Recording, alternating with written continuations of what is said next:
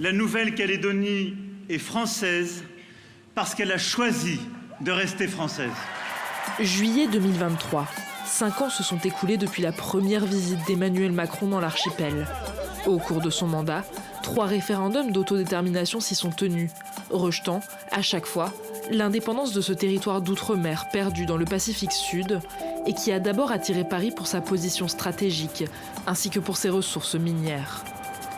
Tout commence le 24 septembre 1853, lorsque la France s'empare de ce qu'elle surnomme le Caillou pour exploiter son nickel et y établir une colonie pénitentiaire dans laquelle elle déporte des milliers de prisonniers politiques.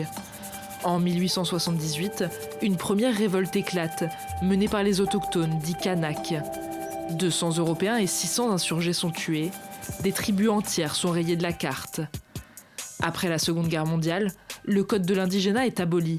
Les Kanaks obtiennent la nationalité française, puis progressivement le droit de vote. Les velléités indépendantistes commencent alors à émerger.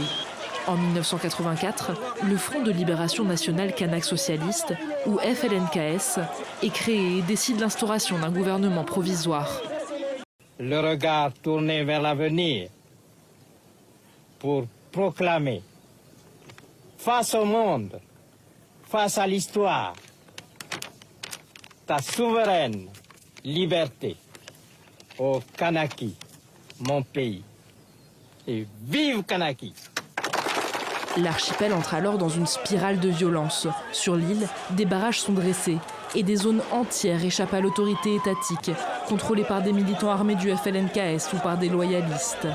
Le 22 avril 1988, un commando indépendantiste tue 4 gendarmes et en prend 27 autres en otage dans une grotte située sur l'île d'Ouvéa. L'armée lance un assaut pour les libérer, mais l'opération tourne au bain de sang. 19 Kanaks et 2 militaires sont tués. Le drame ramène les 2 parties autour de la table des négociations. Le 26 juin, loyalistes et FLNKS signent les accords de Matignon sous l'égide de Michel Rocard. Le texte prévoit un référendum d'autodétermination dans les 10 ans à venir. En 1998, le Premier ministre Lionel Jospin réunit à nouveau les représentants des 2 mouvements et signe l'accord de Nouméa qui instaure un processus de décolonisation sur 20 ans. 3 référendums d'autodétermination sont organisés en 2018, 2020 et 2021.